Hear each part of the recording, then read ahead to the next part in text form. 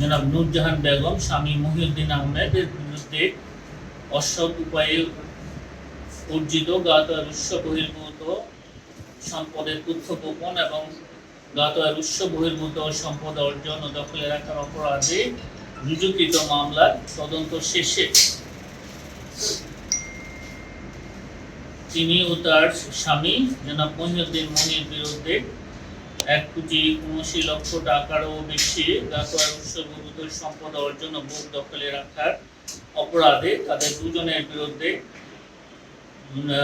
নির্যাতন কমিশন আইন 2004, দুর্নীতি প্রতিরোধ আইন 1947 এবং দণ্ডবিধির 109 ধারায় চার্জশিট দাখিলের সিদ্ধান্ত গৃহীত হয়েছে। ব্যাংক কর্তৃক মর্টগেজ নেওয়া জমিতে বাস্তবে কোনো ভবন, স্থাপনা বা কারখানা না থাকা সত্ত্বেও ঋণ গ্রহীতা মালিক হওয়ার পূর্বে 3,04,00,000 টাকারও স্থাপনাবিহীন ক্রয়কৃত জমি মূল্যায়নে স্থাপনা দেখিয়ে জমি ও স্থাপনার মূল্য 6,098.972 মিলিয়ন টাকা নিরূপণ করে অন্যায়ভাবে বিআরপিডি সার্কুলার এবং এমইউ এর অনুশাসনের ব্যত্যয় ঘটিয়ে ঋণ অনুমোদনপূর্বক বিতরণ এবং গ্রহণের মাধ্যমে জনতা ব্যাংক লিমিটেড, জনতা ভবন কর্পোরেট শাখা, ঢাকার 297,38,00,000 টাকারও বেশি অর্থ আত্মসাতের অপরাধে ইতিপূর্বে সজেকা ঢাকা 1 মামলা নম্বর 44 তারিখ 2/2025 রুজু করা হয়েছিল। এজাহারে বর্ণিত অপরাধ প্রমাণিত হয় এজাহারে বর্ণিত আসামি মোট 26 জন, যাদের মধ্যে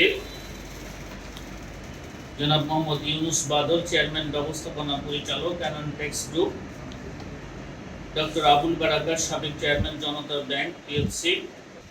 ডক্টর আতিউর রহমান, সাবেক গভর্নর বাংলাদেশ ব্যাংক সহ মোট 26 জনের বিরুদ্ধে চার্জশিট দাখিলের সিদ্ধান্ত গৃহীত হয়েছে। প্রতারণা, জালিয়াতি এবং মিথ্যা রেকর্ড পুত্র সৃজনপূর্বক এবং অপরাধজনক বিশ্বাসভঙ্গের মাধ্যমে ব্যাংকে মর্টগেজ নেওয়া জমিতে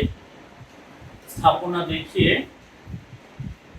297,38,00,000 টাকারও বেশি অর্থ আত্মসাতের দায়ে ইতিপূর্বে মামলা রুজু করা হয়েছিল। উক্ত মামলার তদন্ত শেষে এজাহার নামী আসামি এবং তদন্ত আগত আসামিদের বিরুদ্ধে অপরাধ প্রমাণিত হয়। এজাহার নামী এবং তদন্ত আগত 26 জন আসামির বিরুদ্ধে চার্জশিট দাখিলের সিদ্ধান্ত গৃহীত হয়েছে।